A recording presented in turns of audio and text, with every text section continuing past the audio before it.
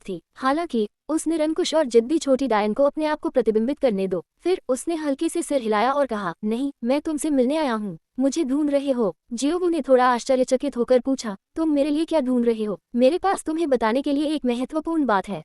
Chain Fang इतना रहस्यमय था कि जियोवू तुरंत भ्रमित हो गई। एक पल हिचकिचाने के बाद उसने छात्रावास का दरवाजा बंद कर दिया और बाहर चली गई। अकादमी से कुछ दूरी पर दोनों एक छोटी सी गांव में सड़क पर चल रहे थे। चारों ओर हरे खेत थे।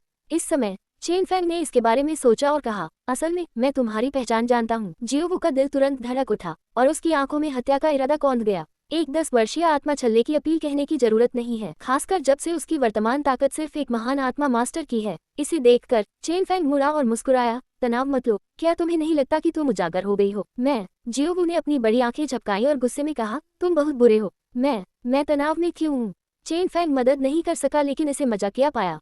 तुम सब असंगत हो, क्या तुम तनाव में नहीं हो? अगर उसके पास अब कुछ गंभीर काम नहीं होता तो वह जियोवू को थोड़ा और परेशान करने का मन नहीं करता। मुझे पता है कि तुम एक 10,000000 वर्षीय आत्मा जानवर हो, चेन फैंग ने गंभीरतापूर्वक कहा, सॉफ्ट बोन रैबिट। सही। जियोवू अब शांत नहीं रह सकी। अगर अभी भी सौभाग्य का एक अंश था तो अब ये सब निराशा है। बम। उसने अपनी लंबी और तंग टांगे लात मारी और करीबी दूरी पर वे सीधे चेन फैंग की कमर के चारों ओर लिपट गईं। फिर उसने अपनी कमर पर जोर लगाया, प्रतिद्वंद्वी की गर्दन तोड़ने की तैयारी कर रहा था, लेकिन